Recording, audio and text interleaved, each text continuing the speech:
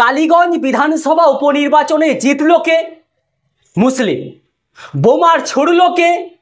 মুসলিম। মরল কে? মুসলিম। আমাদের রাজ্যে নির্বাচন হবে, ভোটের পরে কেউ জিতবে আর ভোটের আগে বা পরে কেউ মরবে না, এই ইতিহাস হয়তো নেই। আমরা পঞ্চায়েত দেখেছি, আমরা বিধানসভা দেখেছি, আমরা লোকসভা নির্বাচন দেখেছি, কোথাও রক্ত ঝরেনি এই রকম ঘটনা নেই পশ্চিমবঙ্গে।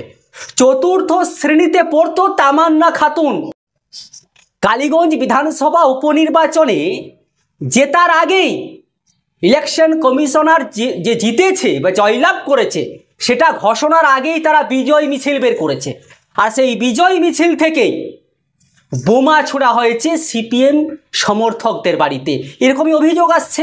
তারপরেই চতুর্থ শ্রেণীর তামান্না খাতুনের মৃত্যু হয়েছে। আমি চিত্রটা দেখাবো আপনাকে, হয়তো পুরোটা দেখাতে পারবো না, রেস্ট্রিকশন এসে যাবে। কিভাবে বোমার আঘাতে এই অংশটা ঝাঁঝরা হয়ে গেছে, এই অংশ থেকে এই অংশটা নেই। প্রথমেই বললাম না, এই বাংলাতে নির্বাচন হবে, ভোট হবে, আর রক্ত ঝরবে না তা কিন্তু বিরল। ভাবতে পারছেন?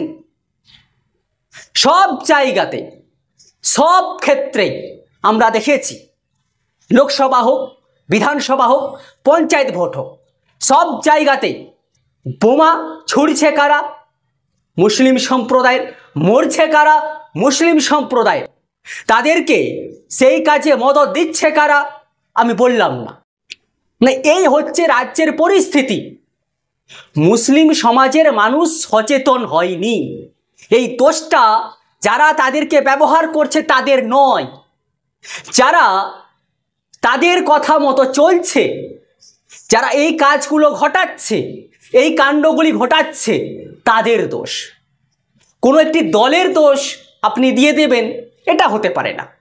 আপনি তার কথাটা নিচ্ছেন, আপনাকে ব্যবহার করছে বোমা দিয়ে, বন্দুক দিয়ে, আপনি বুঝছেন না, আপনি চালিয়ে দিচ্ছেন। রাজনৈতিক স্বার্থে হোক, ব্যক্তিগত স্বার্থে হোক, কোন স্বার্থে সেটা আপনি জানেন, কিন্তু আপনাকে ব্যবহার করা হচ্ছে।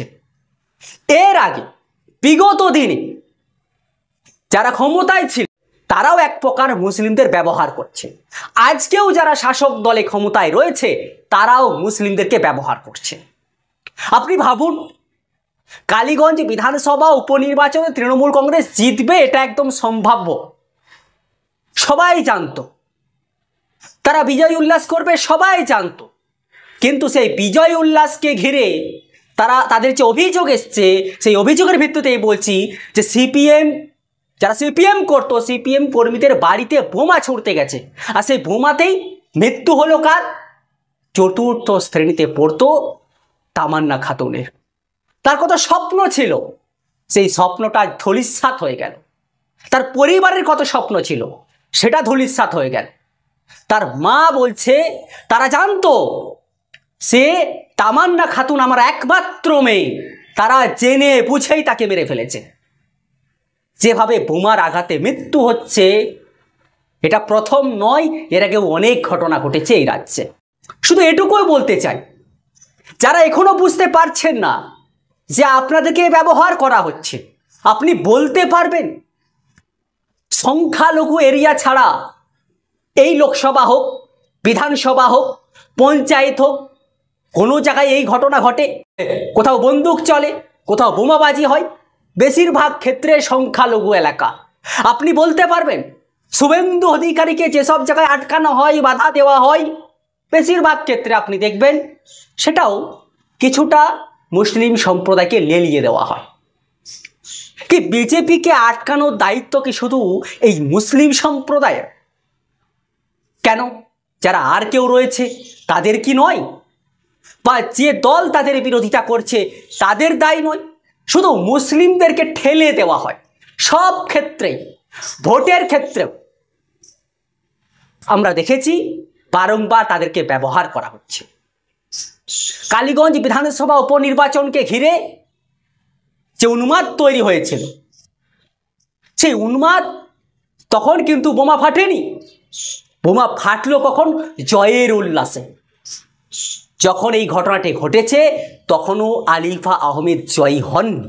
সে জয়ী ঘোষণা না হতেই এই দুষ্কৃতীরা যারা সিপিএমের সমর্থক তাদের বাড়িতে বোমা ছুড়ছে। তাহলে মারলো কে আর মরলো কে? এটা তো পরিষ্কার।